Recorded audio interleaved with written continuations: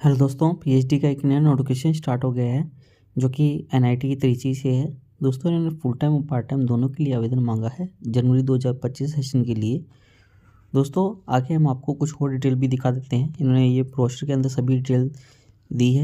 यहाँ पर इन्होंने कुछ इंपॉर्टेंट इन्फॉर्मेशन बताई है। सबसे पहले यहाँ पर इन्होंने फुल टाइम और पार्ट टाइम कैटेगरी बताई है।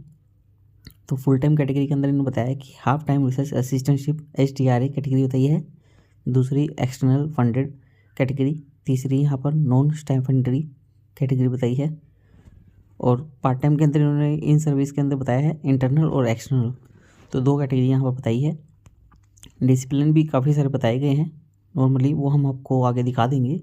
नॉर्मल वैसे इन्होंने यहाँ पर बताए हैं engineering, architecture science, mathematics, physics, chemistry, computer science, application management, humanities and social science. दोस्तों, अप्लाई करने की लिंक भी यहाँ पर दी हुई है, स्मथ पोर्टल की लिंक। तो यहाँ पर आप जाके अप्लाई कर सकते हैं। यहाँ पर आप एजुकेशन क्वालिफिकेशन की डिटेल भी देख सकते हैं, बेसिक एलिजिबिलिटी क्या रहने वाली है।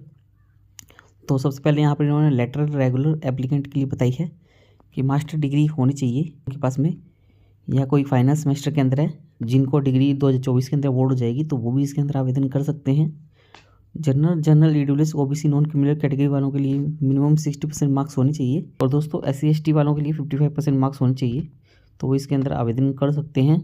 और यहाँ पर बताया गया कि गेट की क्वालिफिकेशन भी होनी चाहिए जब आप HTRA वगैरह के अंदर आवेदन करना चाहते हैं। और ये आप यदि इंट्रेंस एग्ज़ाम देंगे NIT त्रिची का तो आपको एक गेट की रिक्वायरमेंट नहीं है। बाकी आप ये अदर इन्फॉर्मेशन पूरी अच्छे से रीड आउट कर लीजिएगा, क्योंकि इन्होंने पूरी इन्फॉर्मेशन दी है यहाँ पर। और गेट की रिक्वायरमेंट नहीं है यहाँ पर यदि आप पार्ट टाइम वगैरह के अंदर आवेदन करना चाहते हैं। तो जनरल इंस्ट्रक्शन भी यहाँ पर दिए हुए हैं कि यहाँ पर रिटन टेस्ट और इंटरव्यू लिया जाएगा, फिर काउंसलिंग की जाती है, उसके बाद ये एडमिशन मिलता है। नॉर्मली ये कुछ पॉइंट्स यहाँ पर इन्होंने बताए हैं। और यहाँ पर इन्होंने कुछ इंपॉर्टेंट डॉक्यूमेंट्स के बारे में बताया है क्या क्या आपको डॉक्यूमेंट अपलोड करने हैं, जिनमें कि 10th और 12th की marksheet, passport size photograph, signature, transfer certificate, migration certificate, UG PG की मार्कशीट, डिग्री वगैरह और कैटेगरी सर्टिफिकेट। और आगे ये जो आप जनरल EWS से आते हैं तो वो PWD सर्टिफिकेट, कुछ सपोर्टिंग डॉक्यूमेंट और अपलोड कर सकते हैं फुल टाइम पार्ट टाइम के लिए, जैसे कि पार्ट टाइम के लिए NOC वगैरह, स्पॉन्सर सर्टिफिकेट। और फुल टाइम वालों के लिए प्रूफ ऑफ रिसर्च है, पब्लिकेशन वगैरह यदि कोई है तो SOP भी आपको अपलोड करना होगा। और दोस्तों, आगे कुछ अदर डॉक्यूमेंट भी अपलोड करने पड़ सकते हैं, तो वो आप देख लीजिएगा। ग्रेजुएशन यहाँ पर बताया गया है। और दोस्तों, जो सर्टिफिकेट है वो पुराना नहीं होना चाहिए, तो इस बात का ध्यान रखिएगा कि 1 अप्रैल के बाद का ही होना चाहिए वो। ऑनलाइन एप्लीकेशन फॉर्म भरते वक्त क्या क्या बातें ध्यान रखनी है तो वो भी यहाँ पर बताई गई है। तो ये अच्छे से देख लीजिएगा कि आपके जो रिक्वायरमेंट है वो दी हुई है वो पूरी होनी चाहिए। ग्रेजुएशन पोस्ट ग्रेजुएशन की डिग्री के अंदर कितनी % है वो देख लीजिएगा। और एप्लीकेशन फ़ीस की बात यहाँ पर की गई है कि 1000 रुपये फ़ीस रहने वाली है general EWS OBC non criminal के लिए। 500 रुपये fees SC ST PWD category वालों के लिए बताई गई है, जो कि नॉन रिफंडेबल होगी। और लास्ट डेट 9 दिसंबर बताई गई है यहाँ पर। और रिटन टेस्ट का शेड्यूल भी बताया गया है कि 7 से 9 जनवरी रहने वाला है इंटरव्यू और रिटन टेस्ट। और यहाँ पर आगे इन्होंने एडमिशन कैटेगरी की रिक्वायरमेंट बताई गई है फुल टाइम और पार्ट टाइम दोनों के लिए। तो हार्ड टाइम रिसर्च असिस्टेंटशिप के लिए क्या बताया गया तो वो भी यहाँ पर देख सकते हैं। जो वैलिड गेट स्कोर वगैरह है तो वो भी PMRF के लिए भी आवेदन कर सकते हैं।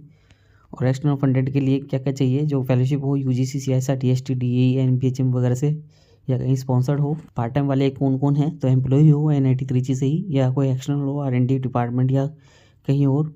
एडमिशन प्रोसेस भी आगे बताई गई है, या आप अच्छे से रीड आउट कर लीजिएगा। और दोस्तों, फेलोशिप के बारे में बात बताई गई है कि फेलोशिप यहाँ पर 5 साल के लिए मिलती है। 2 साल तो आपको यहाँ पर 37,000 मिलती है, और लास्ट 3 ईयर्स के लिए आपको 42,000 रुपये मिलती है।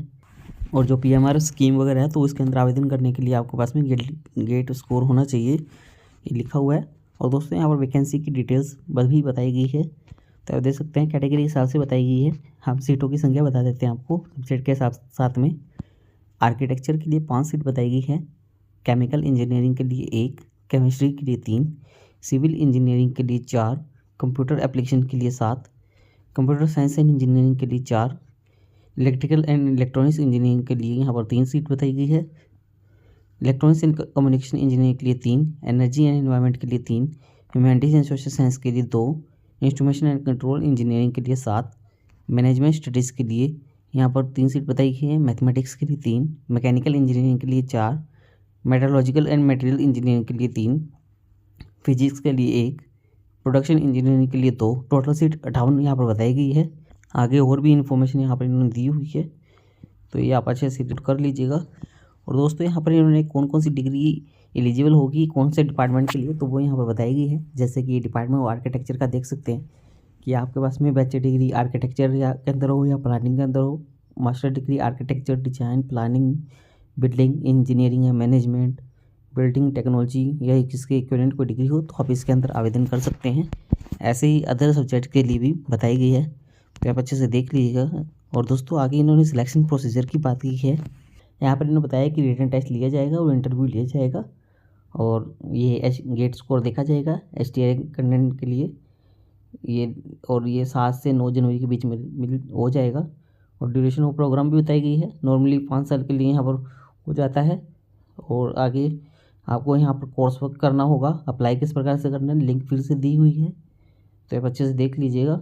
और आगे इन्होंने कुछ और भी लिंक्स दी है, इंपॉर्टेंट डेट यहाँ पर इन्होंने फिर से बताई है।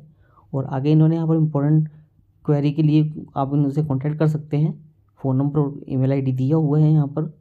और दोस्तों यहाँ पर एरिया और स्पेशलाइजेशन भी दिया हुआ है कि आप क्या कौन कौन से एरिया के अंदर आवेदन कर सकते हैं, डिपार्टमेंट के अंदर एरिया कौन कौन से हैं, तो पूरी इन्फॉर्मेशन यहाँ पर आपको देखने को मिल जाएगी।